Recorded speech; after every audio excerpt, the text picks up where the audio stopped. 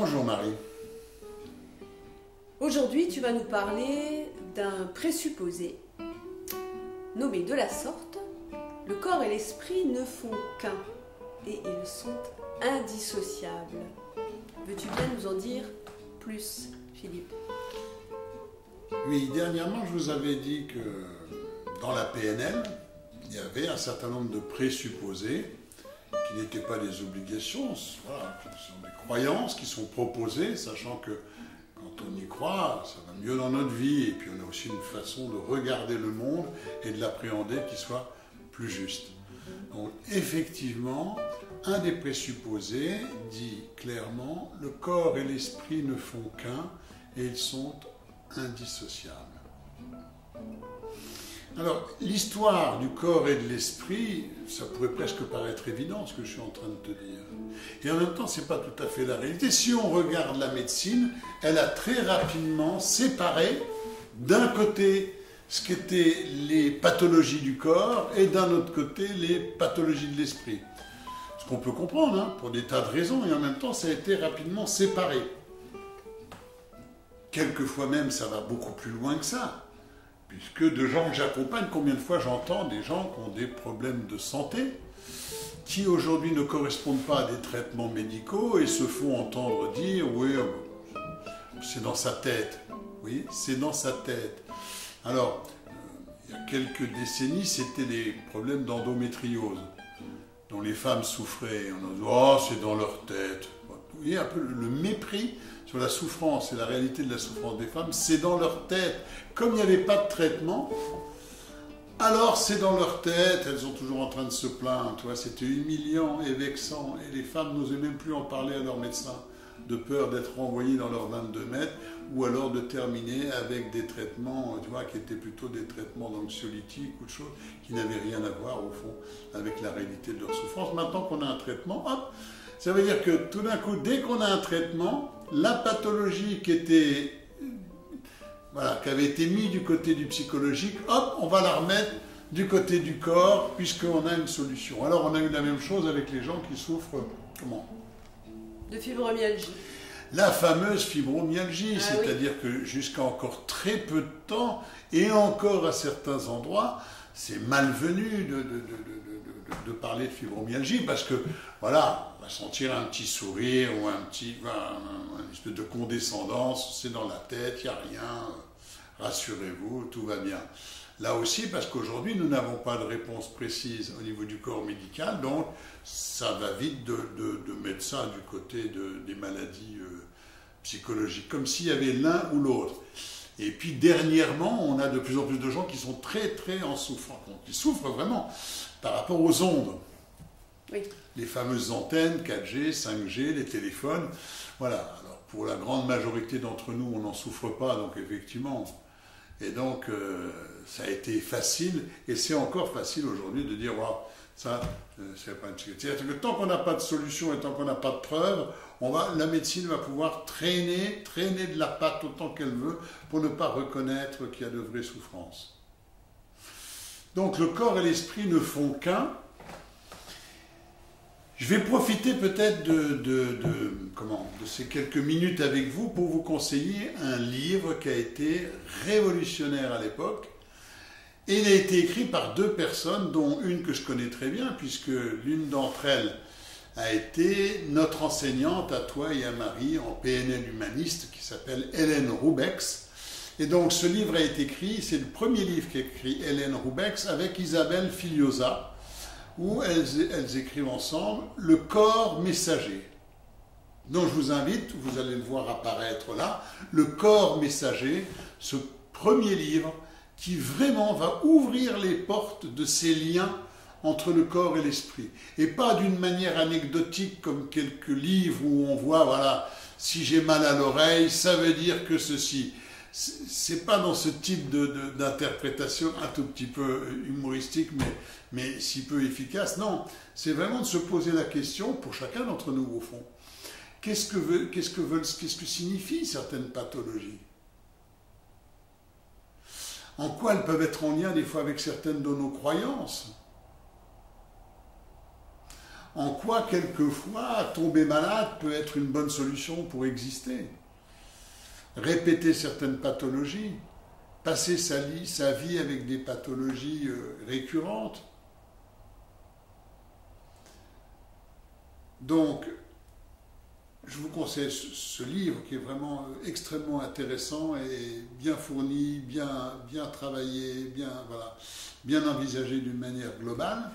Et puis je vous invite aussi à avoir une réflexion plutôt personnelle. C'est quoi le lien entre mes mots, M-A-U-X, du corps et mes mots de l'esprit? On voit bien, je pense, dans les pays, dans les pays de l'Orient, on a une vision un peu plus allopathique de l'être humain. Et on a le sentiment qu'il va somatiser de 3 façons. On a chacun notre façon de somatiser et qu'il y a 3 façons de somatiser.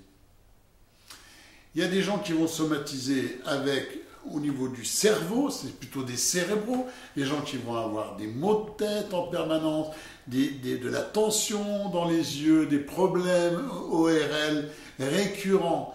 Dès que ça ne va pas dans ma vie, dès qu'il y a de la pression, dès qu'il y a des soucis, hop, c'est toute cette sphère ORL et le cerveau avec des maux de tête ou avec des maux de crâne récurrents qui vont être toute une kyrielle de pathologies liées avec ça. Première façon de somatiser. La deuxième façon de somatiser, c'est ici. C'est les viscères. C'est tout ce qui se passe entre là, le sternum, et le bas du ventre. C'est j'ai mal au ventre, j'ai mal aux intestins, j'ai mal au foie, j'ai mal, voilà, et je digère mal, je vais pas aux toilettes, je vais trop aux toilettes. Bon, tous les dérèglements, toutes les problématiques qui sont entre là et là, et qui pour certains vont les suivre toute leur vie avec des pathologies plus ou moins lourdes. Mais on voit bien que c'est vraiment la vision de l'Orient, c'est comment je vais somatiser, comment je vais exprimer les choses qui ne vont pas dans ma vie. Eh bien, certains vont le concentrer ici, d'autres vont le concentrer ici, et pour les derniers, ils vont le concentrer au niveau dermatologique. Donc, je vais l'extérioriser. Je vais avoir des éruptions de boutons en permanence, je vais avoir des problèmes de dermatite, je vais avoir des problèmes de zonage, je vais avoir des problèmes, et tout au long de ma vie, chaque fois que ça ne va pas, ça va se voir sur moi. Ça va se voir avec des boutons, avec des manifestations extérieures. Ça veut dire que ma façon de somatiser à moi, ça va être sur la peau, ça va se montrer extérieurement. Et je vais avoir beaucoup de problèmes dermatologiques en permanence dans ma vie. Qu'est-ce que ça nous montre, ça? Si ce n'est qu'il y a un lien direct entre le corps et l'esprit. Si vous voulez faire une petite expérience, vous pouvez faire une petite expérience pour voir aussi qu'il y a une différence entre le corps et l'esprit. Un lien, je veux dire, permanent entre le corps et l'esprit. Il suffit de regarder la posture de quelqu'un qui est déprimé. Quand quelqu'un est déprimé, on peut dire qu'il a plutôt les épaules rentrées, plutôt le visage et le regard vers le bas, et plutôt un peu de tristesse sur le visage, et puis quelque chose qui est pesant, qui est comme ça, qui peut être lourd comme ça. Alors vous allez pouvoir faire une expérience, toutes et tous.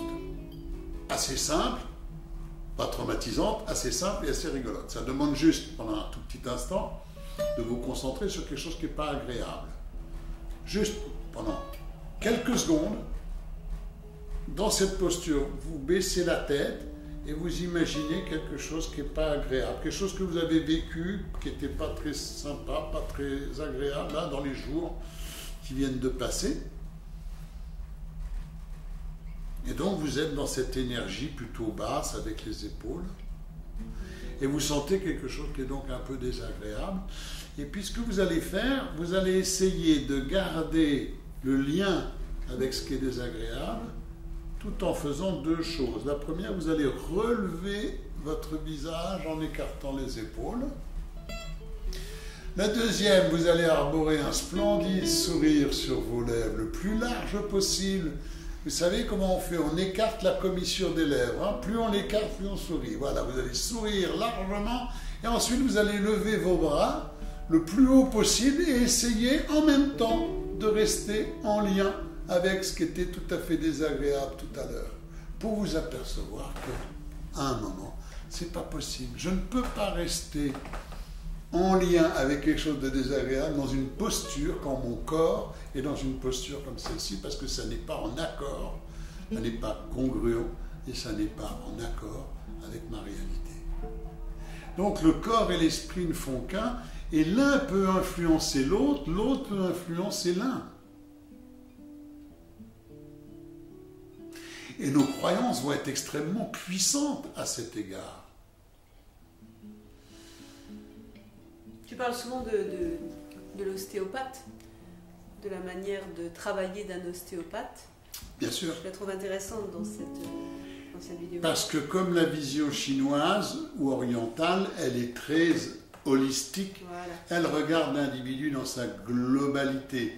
Le risque quelquefois, alors que je remercie la médecine allopathique pour tout ce qu'elle nous apporte aujourd'hui, je dis le risque quelquefois, c'est d'être dans une relation de cause à effet, c'est-à-dire diagnostic, plan de traitement, résultat.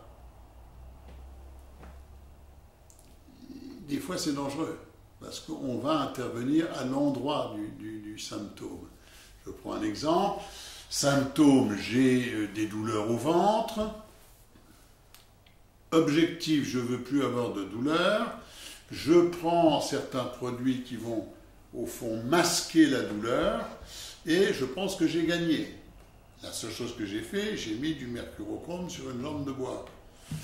Et ça risque de se terminer très très mal. J'ai des maux de tête réguliers.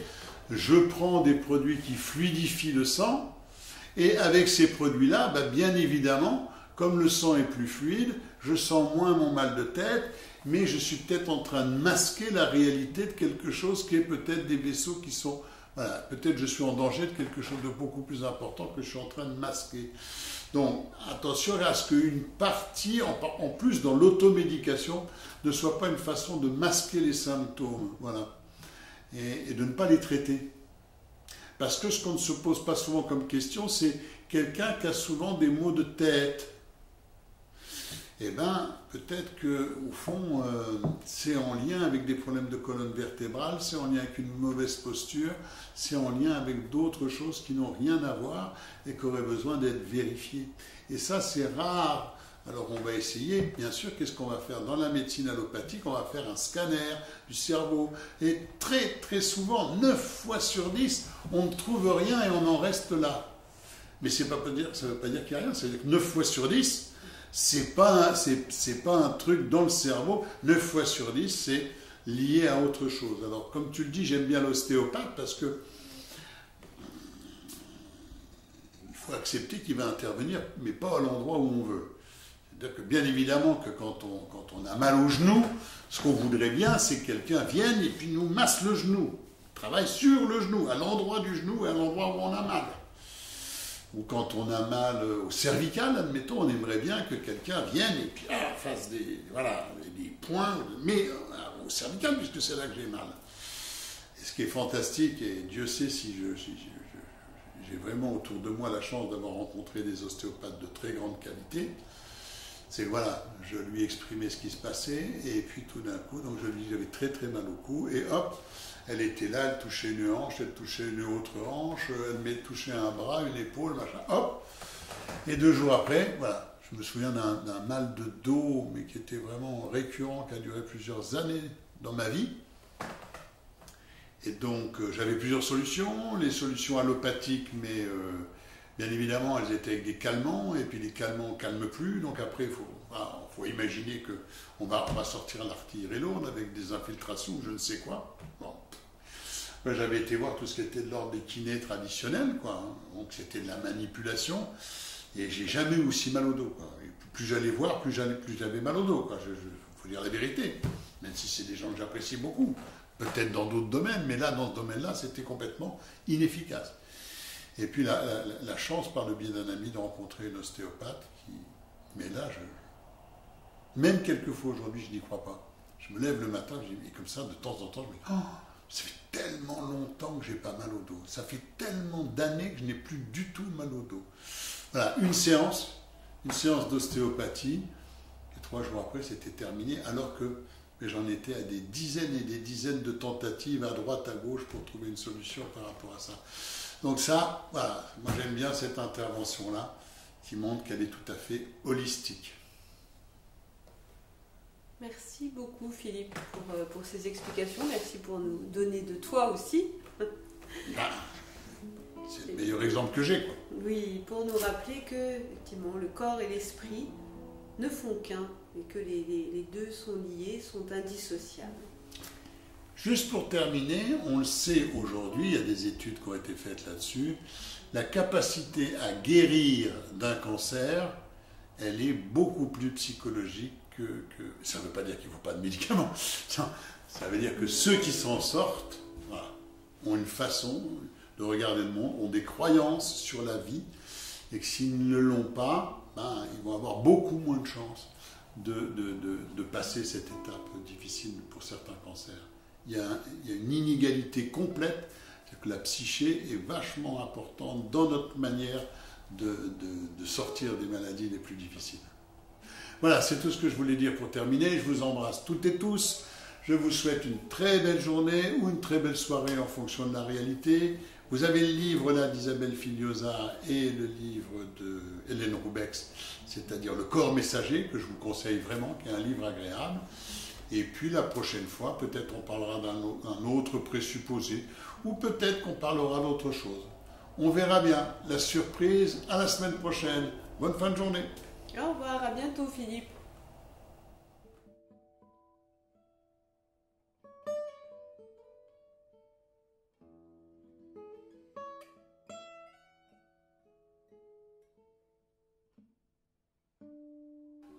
Bon ben, je suis tout seul ou quoi? C'est quoi ce travail? Eh oh, Marie!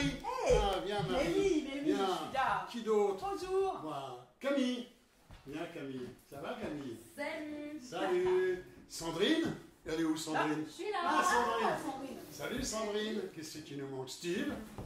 Ouais, Salut. salut Steve! Salut, Steve. Ça va? Ça va. Et puis, ben, il nous manque le photographe, Oui, je le crois. vidéaste célèbre. L'unique. Salut Luciano! Hello! Salut! Vous êtes prêts pour la photo? Oui, Ouais. souriez!